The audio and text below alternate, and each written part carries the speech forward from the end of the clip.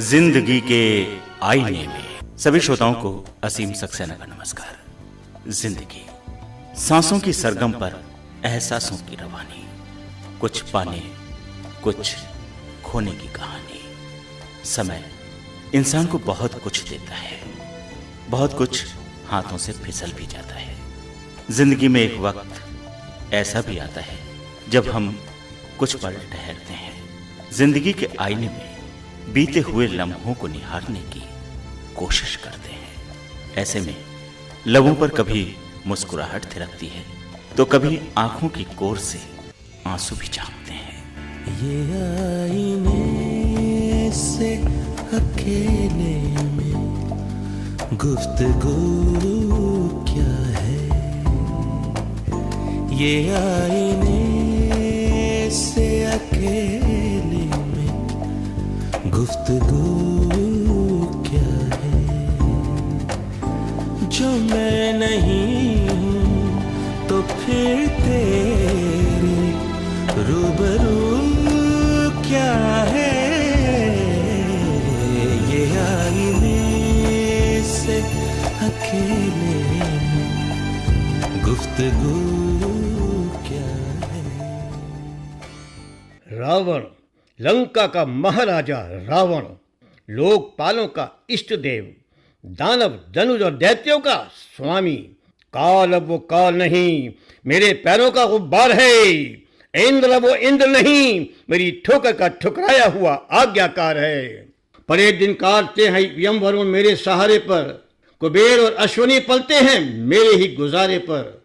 खड़ा रहता है विष्णु हाथ बांधे मेरे द्वारे पर, निरंतर नाचता है काल भी मेरे इशारे पर। अगर गुस्सा घड़ी भर को मेरी आंखों में छा जाए, मही डोले हिले पर्वत सकल संसार थर्राए। श्रोताओं, ये आवाज सुनकर दिल रोमांचित हो उठता है, रोम रोम पुलक उठता है, मन में एक ऊर्जा उत्पन्न होती है। नाटकों की ये अद्भुत शैली पारसी रंगमंच की पहचान है और आज हमारा सौभाग्य है कि हमारे साथ हैं नाटक जगत के सशक्त हस्ताक्षर, लेखक, अदाकार श्री बलवीर पाठक जी। पाठक जी, कार्यक्रम में हम आपका स्वागत करते हैं। आपने ही रावण के इस डायलॉग के जरिए पूरे वातावरण को रोमांचित तो कर ही दिया है। आपके बारे में जानना चाहेंगे कि कहाँ जन्म हुआ और शिक्षा की शुरुआत किस तरह से हुई। असीम जी, मेरा जन्म मुरादाबाद में हुआ जी, और मैंने वहीं पर शिक्षा ग्रहण की। पारकर इंटर कॉलेज से मैंने हाई स्कूल पास किया, हिंदू इंटर कॉलेज से मैंने इंटर किया, कांच के कॉलेज से मैंने बीए किया और केजी के डिग्री कॉलेज से मैंने एमए किया समाजशास्त्र में। मेरा जन्म 25 नवंबर 1929 को मुरादाबाद में हुआ। तो ये शिक्षा प्राप्त करने के बाद कला की तरफ रुझान किस तरह से हुआ? आप नाटकों से जुड़े, शुरुआत यहीं से हुई थी या किसी और तरह से आप इस सांस्कृतिक पक्ष से जुड़े? असीम भाई, मैं जब 9th क्लास में था तब मेरे प्रथम गुरु, मैं उनको मानता हूँ, श्री राम सिंह चित्रकार से मेरी भेंट। वो एक नाटक कर रहे थे सती वैश्या, और उसमें उनको एक लेडी पात्र की आवश्यकता थी। उनको कुछ लगा होगा कि मेरे अंदर कुछ है। उन्होंने मेरे भाई साहब से कहा कि आप इसको आज्ञा दे दीजिए। भाई साहब ने कहा ठीक है, अगर इसकी रुचि है तो ठीक है, मेरी तरफ से आज्ञा है। और मैंने 1945 में सती वैश्या नाटक से अपनी रंगमंच की शुरुआत। कौन सा रोल था, आपको याद है? हाँ, मुझे अच्छी तरह याद है।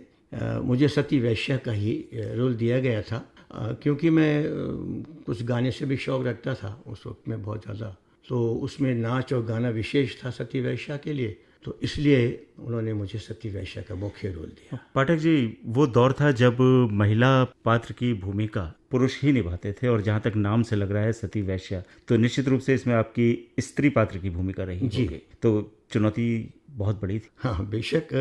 मैंने कभी रोल किया नहीं था इससे पहले, वो मेरा पहला प्रयास था, लेकिन गुरुजी ने मुझे सिखाया और जनानी अदाएँ और नखरे, नाज नखरे सब जो वैश्याओं के होते हैं उन्होंने मुझे सिखाए और मैंने कोशिश की और मैं कामयाब। तो 9th क्लास से शुरुआत हुई जी, नाटकों से जुड़ाव हुआ। फिर कैसे ये यात्रा आगे बढ़ निकली?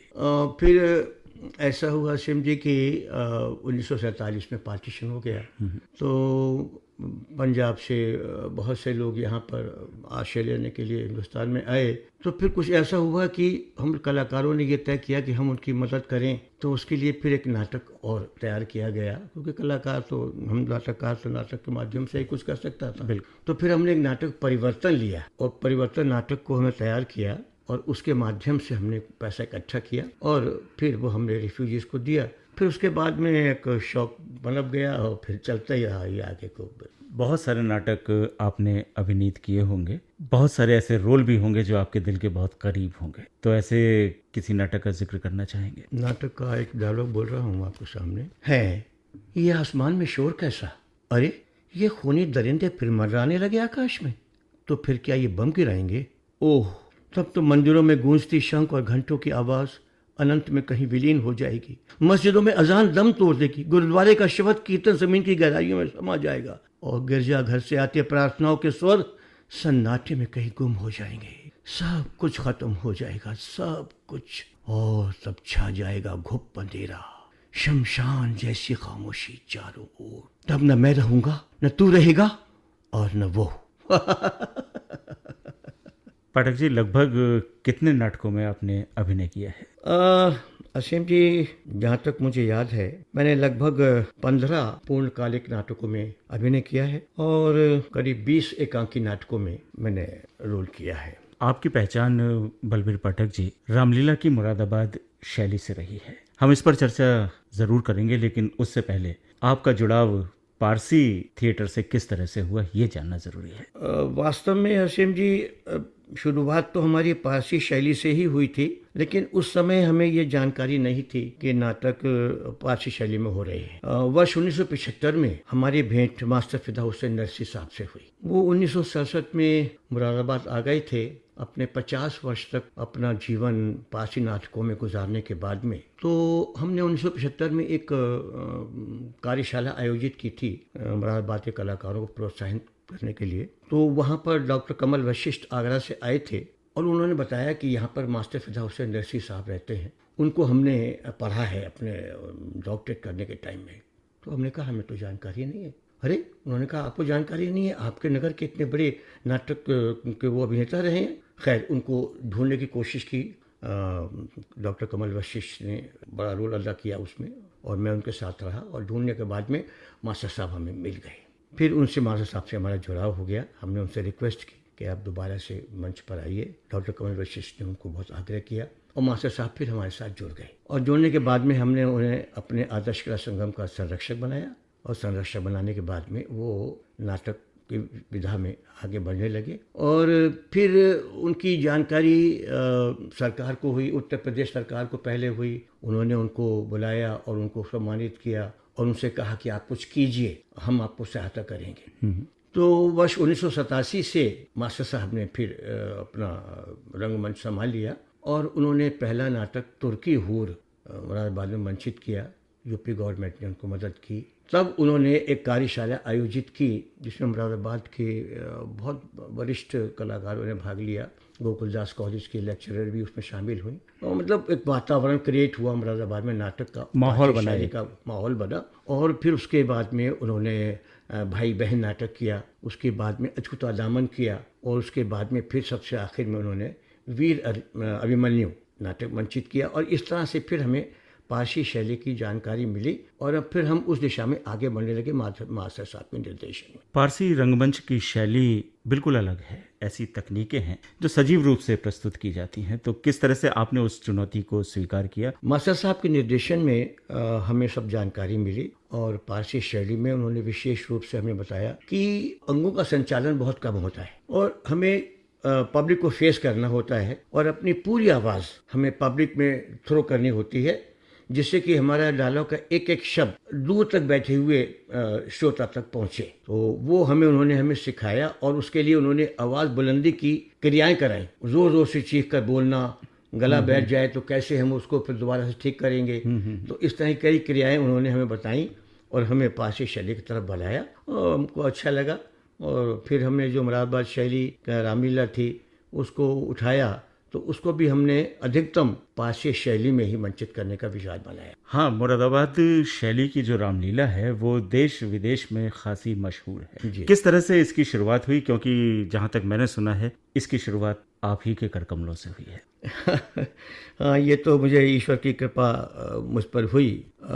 ये विचार मन में कैसे आया? वास्तव में मैं अपने मोहल्ले में ये रामलीला दिखा करता था, तो उसमें जो वो लोग जिस तरह से वंचित करते थे तो उसका दर्शकों पर प्रभाव बहुत कम होता था। कारण था उसमें बीच बीच में नाच गाने प्रस्तुत कर देना, उससे डायलॉग का दृश्य का लिंक टूट जाता था और वो उस गंभीरता से नहीं करते थे, ना उनकी अच्छी ड्रेसेस होती थी, ना उनका संवाद बोलने का तरीका अच्छा होता था। तो इन सब चीज़ों को देख कर के फिर हमारे मन में ये आया कि चूंकि ये रामलीला भी एक नाटक है, धार्मिक नाटक है, तो क्यों ना इसको हम पढ़े लिखे लोग और जिन्होंने नाट्य कला को बाकायदा सीखा है वो लोग करें। तो ये विचार मेरे मन में जब आया तो ये वर्ष 1964 की बात है। ये विचार हमने दिल्ली में प्रस्तुत किया। लाला उग्रसेन जी थे, उनके सामने वो अच्छे नाटककार थे, उन्होंने सोने के जंजीर नाटक किया था। उस मौके पर उन्होंने हमें बुलाया था, तो उसमें हम सेटिंग वगैरह कर रहे थे। तो हमने उनके सामने प्रस्ताव रखा कि साहब ये जो रामलीला आपके सामने मंचित हो रही है, हम तो इससे अच्छा मंचन कर सकते हैं। तो उन्होंने उसको कहा, चैलेंज किया कि तुम कर सकते हो। मैंने कहा साहब नाटक है। फिर उन्होंने हमसे कहा कि आप स्क्रिप्ट लिखिए। हमने एक स्क्रिप्ट लिखी और उस स्क्रिप्ट में हमने कई रामलीलाओं का पढ़ा और उनको पढ़ने के बाद में उसका समय वेस्ट किया। और आचार्य चतुर्सेन का हमने वयम रक्षामा पढ़ा और डॉक्टर नरेंद्र कोहली के रामायण उपन्यास पढ़े और हमारे मुरारी बापू जी के प्रवचनों को सुना। तो इस तरह से कई चीज़ों को उसका समावेश हमने अपने उस स्क्रिप्ट में किया। जहाँ से जो कुछ अच्छा मिला वो आपने चुनकर, हमें अच्छा मिला और कुछ नया मिला वो हमने उसमें जोड़ा और हमने एक स्क्रिप्ट तैयार किया। 1965 में वो स्क्रिप्ट हमारा स्वीकार हुआ और उसके बाद में फिर हमने 1967 में पहला मंचन दिल्ली में किया, जो बहुत सफल रहा। असीम जी, इसकी विशेषता ये रही, हम सफल इसलिए हो गए कि हमने प्लेबैक शैली अडॉप्ट की थी। कलाकार डायलॉग याद करके मंच से बोल रहा है पूरी आवाज़ में, पूरे एक्सप्रेशन दे रहा है, लेकिन उसकी आवाज़ पब्लिक तक नहीं पहुंच रही है। हम सामने बैठ कर के माइक्रोफोन पर स्क्रिप्ट लेकर के डायलॉग बोलते थे उनके साथ में और हमारी आवाज़ दर्शकों पर पहुंचती थी। लोगों को लगता था कि मंच का कलाकार बोल रहा है। तो जब कलाकारों को पूरी की पूरी चीज़ अच्छी तरह से सुनने को मिली, गाने अच्छे से सुनने को मिले, तो उनका रुचि बढ़ी और हमें प्रोत्साहन मिला। इसमें विशेषता ये भी थी कि हमने ये तय कर लिया था कि चूंकि मैंने जो रोल किया महिलाओं का नाटकों में, तो मेरा अच्छा अनुभव नहीं रहा। तो मैंने ये तय किया था कि मैं जब भी कुछ नाटक का कार्यक्रम शुरू करूँगा तो उसमें महिला कलाकारों को ही इंट्रोड्यूस करूँगा। तो मैंने पहले दिन से महिला कलाकार, महिला लड़कियों को ही लिया। पाठक जी, बहुत चुनौतीपूर्ण कार्य था ये, रुकावटें जरूर आई होंगी। हाँ, ये बहुत बड़ा चुनौतीपूर्ण कार्य था, मगर इसके पीछे ईश्वर की प्रेरणा थी, उनकी कृपा थी और हमने एक 40 कलाकारों का एक बड़ा ग्रुप बनाया। तो किस तरह से आपने लोगों की वो सोच बदलने की कोशिश की कि महिलाओं के लिए स्टेज पर जाना बिल्कुल वर्जित है और ये कोई अच्छा काम नहीं है? ये रुकावटें अवश्य आई, लेकिन पहले वर्ष ज़रूर हमें ये कुछ ऐसा सुनने को मिला कि महिलाओं को रामलीला में नहीं आना चाहिए किन्हीं भी कारणों से। लेकिन जब लोगों को लगा कि इसमें हमें वास्तविकता दिखाई पड़ रही है और अच्छाई दिखाई पड़ रही है, तो उन्होंने उसको स्वीकार कर लिया। कोई खास विरोध नहीं हुआ फिर। और अब तो ये स्थिति है कि मुरादाबाद में 24 टीमें हमने संगठित कर ली हैं, गठित की हुई है और उसमें हर एक में मिनिमम 5 महिला कलाकार और अधिकतम 10-12 कलाकार तक होती हैं और अच्छा मंचन लोग स्वीकार करते हैं और प्रमोट हो रहा है। आलेख वही है जो आपका तैयार किया हुआ? जी, आलेख लगभग वही है। कुछ लोगों ने परिवर्तन किए हैं, अपने हिसाब से प्लस माइनस किया है, लेकिन अधिकतम जो आलेख है वो वही है जो शुरू में मैंने तैयार किया था। दिल्ली के अलावा और कहाँ कहाँ मंचन करने आप गए हैं मुरादाबाद शैली की ये रामलीला लेकर? एक्चुअल में विशेष तौर पर तो मेरा दिल्ली में ही ये कार्यक्रम रहा अधिकतम। अभी भी हम 46 वर्ष हो गए हमें, हम दिल्ली में ही जगह जगह कर रहे हैं। पहले परेड ग्राउंड में हमने शुरू किया, उसके बाद में रामलीला ग्राउंड में अब हम कर रहे हैं, लवकुश ग्राउंड में कर रहे हैं, बॉम्बे में हमारे साथियों ने किया और दिल्ली में NCR में जगह जगह किया हुआ है, गुजरात में सूरत में किया, बिहार में गया में किया।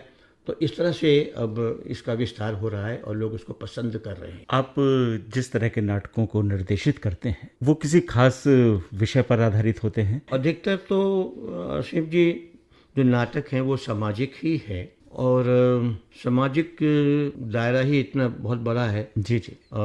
जिसमें कि अनेक समस्याएं हमारे सामने हैं। और यही वो माध्यम भी है जो आसानी से अपनी बात हम संप्रेषित कर सकते हैं अपने श्रोताओं तक नाटक के माध्यम बिल्कुल, से। ये बहुत सशक्त माध्यम है और इसके माध्यम से हम भ्रष्टाचार, पर्यावरण, पोलियो, एड्स, भ्रूण हत्या, दहेज, फैमिली प्लानिंग, साक्षरता, बाल विवाह, विधवा विवाह और ये राष्ट्रीय एकता, सांप्रदायिक सद्भाव, ये बहुत सी समस्याएं जो हमारे समाज में इस वक्त हैं, उस पर हमने नाटकों को लिखा है और उनको हम मंचित करके प्रचारित और प्रसारित करते। नाटकों के लेखन के प्रति भी आपकी गहरी आस्था है और बहुत रुचि है आपकी लेखन कार्य में भी। तो कौन कौन से ऐसे नाटक हैं जो बलबीर पाठक जी की कलम से निकले हैं और कौन कौन से ऐसे लेख हैं जो अभी प्रकाशन के क्षेत्र में आने बाकी हैं? असीम जी, सबसे पहले तो मैंने जो कलम चलाई तो उससे कर्फ्यू, सख्त कर्फ्यू नाटक, और उसका कारण भी था, मैं रामपुर आकाशवाणी से जुड़ा।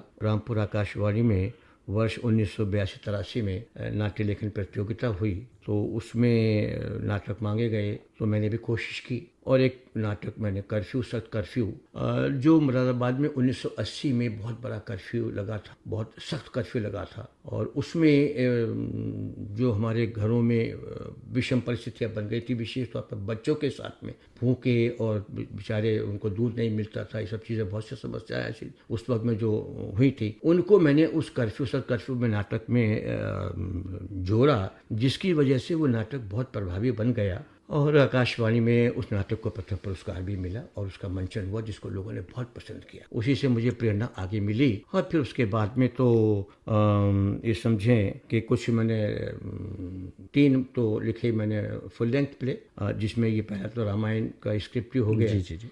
दूसरा मैंने हनुमान लीला भी लिखी और तीसरा मैंने भगवान परशुराम पर 1000 हाथों का अंत, सहस्त्र बाहु को लेकर के मैंने लिखा, उसको नाम दिया। और उसके बाद में फिर एक आईना लिखा मैंने राष्ट्रीय एकता पर, एक खून लिखा सांप्रदायिक सद्भावना पर, फिर एक मैंने सुनहरी किरण लिखा जो 20 पॉइंट प्रोग्राम जमाने में शुरू हुआ था, फिर जागती आंखें लिखा जो आतंकवाद पर आधारित था, और उसके बाद में शहीद वतन, भारत महान, ये कई नाटक मैंने लिखे जो सब सांप्रदायिक सद्भाव पर। पाठक जी, इस दौर में परिवर्तन भी दिखाई देता है, थिएटर गुम हो गए, अब लोगों की रुचि सिमट गई है, मल्टीप्लेक्स तक वो सीमित रह गए हैं। जी जी। तो ऐसे में ये कला कहीं संघर्ष करती नजर आती है? हाँ, बेशक बहुत संघर्ष कर रही है और हम इसके लिए बहुत प्रयत्नशील हैं। मुरादाबाद में हमने हालांकि एक 2-3 क्लब बना लिए और हम बराबर नाटक करने के लिए कोशिश कर रहे हैं, लेकिन हमको दर्शक नहीं मिल रहे हैं। कारण यह है कि टीवी सीरियल्स ने इतना लोगों को अपनी ओर खींच लिया है, जिसकी वजह से वो रंगमंच को समय नहीं दे पा रहे हैं। तो फिर हमने नुक्कड़ नाटक की एक विधा भी बीच में अपने साथ जोड़ ली, तो हम लोगों के बीच में जाकर के अब नुक्कड़ नाटक करने लगे। हमारी कोशिश बराबर ही चल रही है कि हम दर्शकों को रंगमंच की ओर आकर्षित करें। उसको आकर्षित करने के लिए हम तरह तरह के एक्सपेरिमेंट कर रहे हैं रंगमंच पर। उसमें हम संगीत भी प्लस कर रहे हैं, उसमें हम नृत्य भी प्लस कर रहे हैं, उसमें हम कॉमेडी भी प्लस कर रहे हैं, जिससे कि दर्शक रंगमंच की ओर आकर्षित हो। और हम सरकार से भी ये अपेक्षा कर रहे हैं कि वो हमें कुछ इस तरह का प्रोत्साहन दे, चाहे वो आर्थिक हो या किसी और रूप में, जिससे कि रंगमंच जो है वो पुष्पित और पल्लवित हो। इसके लिए हम प्रेक्षागृह की अभी कोशिश कर रहे हैं कि मुरादाबाद में एक प्रेक्षागृह बन जाए। तो पाठक जी, आप इतनी कोशिश कर रहे हैं नाटकों को पुनर्जीवित करने की दिशा में, आपका साथ आपके सरीखे ही लोग दे रहे हैं या कुछ नई पौध भी है जिससे आपको कुछ उम्मीदें हैं? नई पौध से विशेष तौर पे हमें उम्मीदें हैं और कुछ पुराने लोग भी हमारे साथ हैं, लेकिन नई जो जनरेशन है वो विशेष तौर पर आकर्षित हो रही है। और अब जो नई पौध को लेकर के हम काम आगे कर रहे हैं, उसमें हमें सफलता मिल रही है। क्या कोशिश कर रहे हैं? कुछ कार्यशालाएं वगैरह भी आयोजित कर रहे हैं? जी हाँ, कार्यशालाएं आयोजित कर रहे हैं और कुछ मंचीय कार्यक्रम कर रहे हैं। उसमें प्रतियोगिताएं करते हैं, नाटक प्रतियोगिताएं करते हैं, मोनो एक्टिंग प्रतियोगिताएं करते हैं, पुरस्कृत करते हैं। तो इससे लोगों में रुचि जागृत हो रही है। कार्यशालाएं तो विशेष तौर पर हम आयोजित करते हैं, विद्यालयों में जा करके उनको सिखा रहे हैं, फ्री ऑफ कॉस्ट सबको सिखा रहे हैं और उनको वाक कला की ओर भी आकर्षित कर रहे हैं, ताकि वो नाटकों की ओर जुड़ें। और रेडियो नाटक में भी हम कलाकारों को भेज रहे हैं, उनकी वाक कला को प्रमोट कर रहे हैं। तो बराबर हमारी कोशिश है कि ये कला जीवित रहे और हम इसको गाँव में ले जा रहे हैं और हम एक फोक थिएटर की तैयारी कर रहे हैं ताकि हम गाँव में भी इसको स्टैंड करें। पाठक जी, मुरादाबाद के अलावा उत्तर प्रदेश के अन्य क्षेत्रों में या भारत के अन्य क्षेत्रों में इस तरह के प्रयास क्या कभी किए हैं? हाँ, मास्टर फिदा हुसैन साहब जब हमारे साथ थे तो उनका हमें बहुत सहारा मिला। हमने वीर अर्जुन नाटक तैयार किया था और उसको हम दिल्ली में हमने NSD में किया।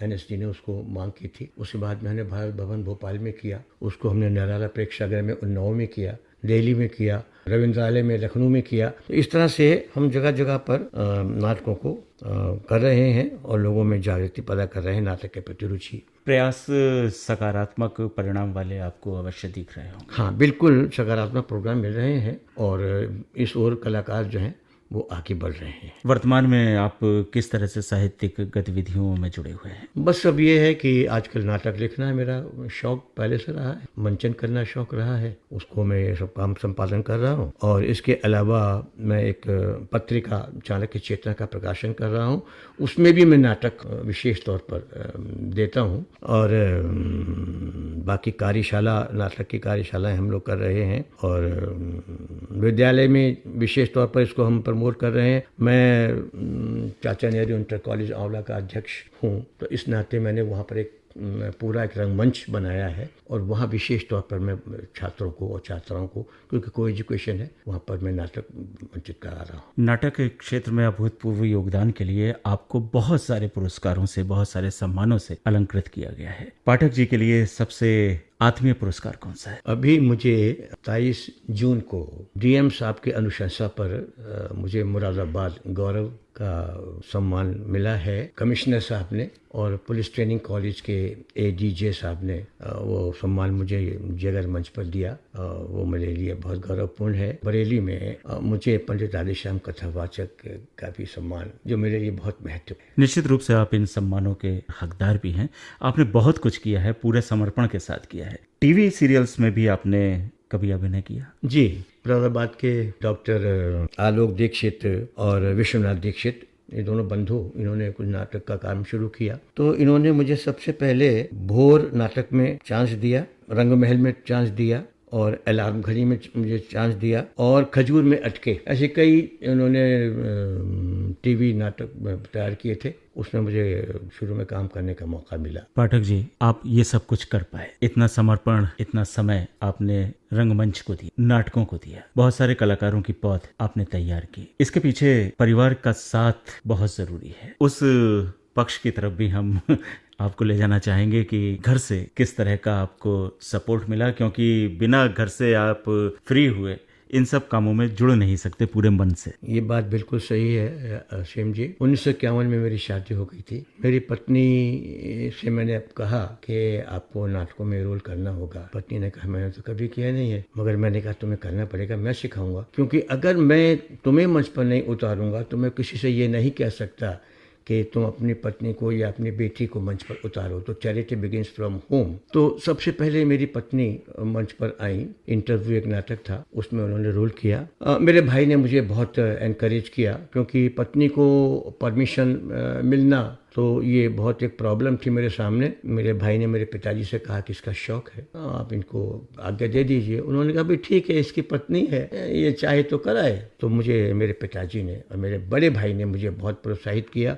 और असीम जी, एक घटना मैं आपको बताना चाहूँगा। मेरे पिताजी की जब डेथ हुई तो उसके अगले दिन ही मैंने एक प्रोग्राम इंश्योरेंस कॉरपोरेशन के लिए आयोजित किया था और पूरे रीजन की उनकी एक कॉन्फ्रेंस थी, उसके लिए मैंने प्रोग्राम देना था। और मेरे पिताजी की एक दिन पहले डेथ हो गई। उसके जनरल मैनेजर शोक में आए और दबी जुबान में उन्होंने मुझसे कहा कि कल क्या हो। मैं भी हिम्मत नहीं कर पा रहा था। मैंने बड़े भाई से कहा, चुपके से धीरे से बोला। मैंने उनको पूरी स्थिति बताई कि ऐसे ऐसे बात है और अगर मैं नहीं गया तो बहुत गड़बड़ हो जाएगी। तो बड़े भैया ने मुझसे कहा कि तुम जाओ, लेकिन कोशिश करना तुम मंच पर नहीं आना। मुझे अंदर अंदर बहुत खुशी हुई। मैंने उनको बट्टागा साहब से कहा कि आप चिंता न करिए, मैं कल आ जाऊँगा। और दोपहर के बाद में मैं वहाँ पहुँच गया और मैंने वो कार्यक्रम को पूरे अपने होशो हवास में बहुत ढंग से उसको संपादित किया। और फिर भी मेरी वहाँ पर एक तैरी साली बैठी हुई थी, उसने मेरी आवाज़ को पहचान लिया क्योंकि मैं उसका अनाउंसमेंट कर रहा था, और उसने जाकर के घर पे कह दिया कि वो तो वहाँ पे इस तरह से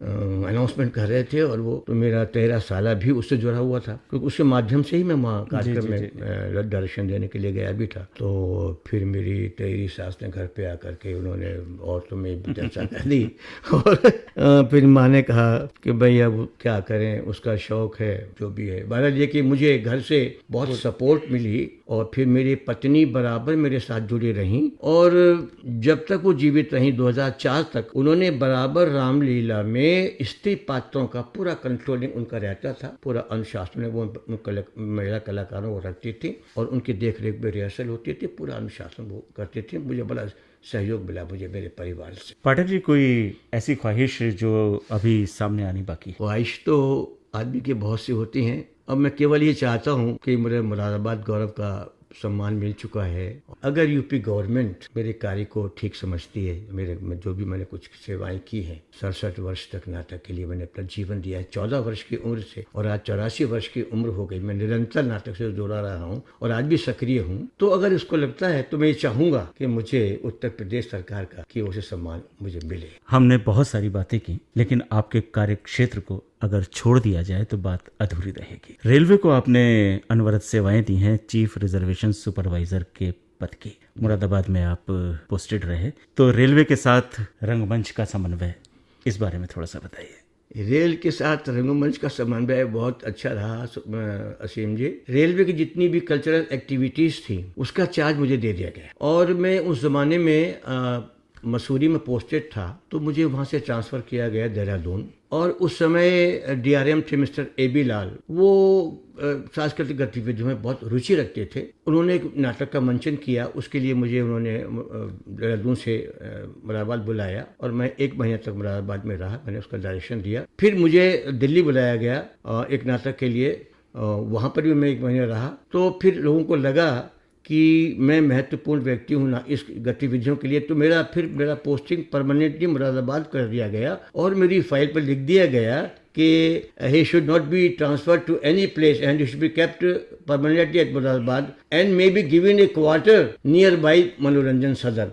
क्या बात है। तो फिर मैं मनोरंजन उसके पास मुझे क्वार्टर भी मिल गया, और मैं आखिर तक मुरादाबाद में पोस्टेड रहा, और मैंने रेलवे की गतिविधियों को, सांस्कृतिक गतिविधियों को बहुत आगे बढ़ाया, और बहुत पुरस्कार मैंने अर्जित किए। तो मुझे अभी तक रेलवे ने कल्चरल एक्टिविटी से जुड़ा रखा है। हाँ बलबीर पाठक जी, नई पीढ़ी के लिए आपका क्या आशीर्वाद होगा? मैं तो नई पीढ़ी से साहब यही कहूँगा कि वो रंगमंच से जुड़े, इससे उसको बहुत लाभ होगा।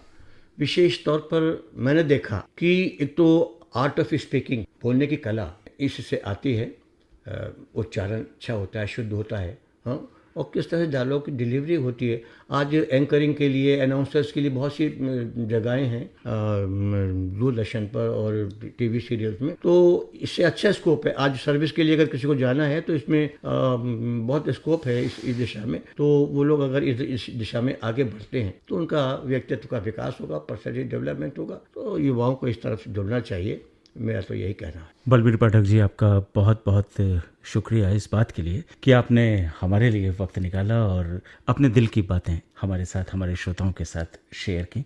हम आपकी लंबी उम्र की कामना और अच्छे स्वास्थ्य की कामना, दोनों कामनाएं एक साथ करते हैं। बहुत बहुत धन्यवाद। श्रोताओं, ये थी जिंदगी के आईने में कार्यक्रम की आज की कड़ी। अगले अंक में फिर हमारे साथ होगी एक और शख्सियत। तब तक के लिए असीम को आज्ञा दीजिए। नमस्कार। ये आईने से अकेले में गुफ्तगू क्या है, ये आईने से अकेले में गुफ्तगू क्या है, जो मैं नहीं हूँ तो फिर तेरे रूबरू क्या है, ये आईने से अकेले में गुफ्तगू